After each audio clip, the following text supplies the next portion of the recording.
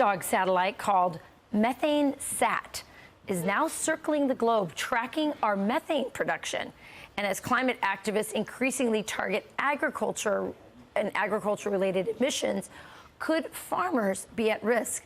Virginia farmer John Boyd Jr. joins us now. So, John, thanks for joining us this morning. I'm always keeping an eye on what they're doing with, these kinds of developments, because supposedly it's supposed to go after the big, bad oil and gas companies. But there's no saying they can't use this satellite tracking, device to track methane, to track ranchers and their cows and the methane emissions there. Are you worried about the same thing? Well, it's very alarming for America. Here we have these types of groups putting in enormous resources to target farmers and other companies right here in the United States. Why don't they do something to stop China from spying on the United States and putting resources there? It's always beat up on America's farmers. And, they put another $15 million into tagging beef cattle for America's farmers. So here we are. Many farmers are facing foreclosure, are losing their farms. And instead of putting measures in place to help us, they continue to put bad policy in place to hurt America's farmers. And that same pot of money that Congress passed some months back, $1 billion for climate. And here they have top companies like Tyson Foods and others looking at producing bugs. So, who's going to eat bugs out here? Yeah, no question about it. That brings me back, the State of the Union address, there were a lot of lies, and there are people, we're going to be tracking some of them today on the show. One of the biggest was Joe Biden trying to present himself as a champion of small farms and ranchers. And I nearly got up out of my seat when I heard that, because no one has done more to hurt small farmers, vilify them as terrorists and their cows as eco-terrorists, but also regulating them. And now these kinds of technologies, which I'm sure you, as you just said, are going to be used against American farmers instead of the Chinese. Well, I sat there and watched the president's speech, and I did watch it.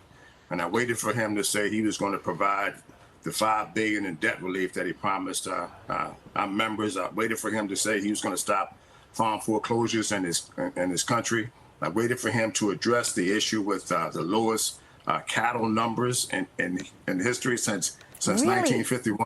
And the president spoke about how many potato chips was in the bag. Yeah. How many potato chips was in the bag is one of the issues that he highlighted. And I would like to say to the president, if you don't start investing in America's small farmers, there won't be any potatoes to put in the bag, because there won't be any small farmers in this country. And we're going to be begging third world countries to send us food here in the United States if we don't start putting America's farmers first now in the United States. I want to go back to what you talked about earlier. So there was a $460 billion omnibus passed just this week. 15 million was spent on tracking devices for the cattle. Again, tell me why the government needs to track our cattle in electronically. They don't need to track my cattle. If you would like to know, I have 150 beef cattle here on my farm. I've been raising beef, good beef I add, grass-fed beef for 41 years here in this country. I'm a proud dairyman, a beef cattle farmer here in this country. And that's the way that America's farmers want to be portrayed. We don't want a whole lot of policy that doesn't help us. And every time there's policies, we have to adapt to these policies. And here's another one, $15 million to tag my cattle, when I can gladly tell you what I'm doing here on my farm. How about putting some laws in place to help small farmers and beef cattle farmers remain on the farm and stop selling our farm? USDA is selling our farms at record numbers. We're down to 40,000 farmers in this country, and we're actually facing extinction here. So instead, we're faced with all of these bad policies that don't help us but hurt us, but we have to adapt to them, and they don't want to put the resources in. That same climate money that you spoke about, not a dime is coming to Mecklenburg County. Some went to Virginia Tech and others, but no resources is coming to the county that I'm in, and we represent 130,000 farmers around the country. Yeah, well, just as you said, the farmers are struggling. We're losing small farms and ranchers, and at the same time, the Chinese are gobbling up our farmland.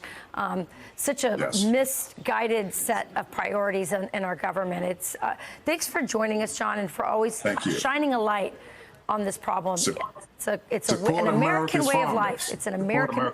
That's right. Okay, thanks, John.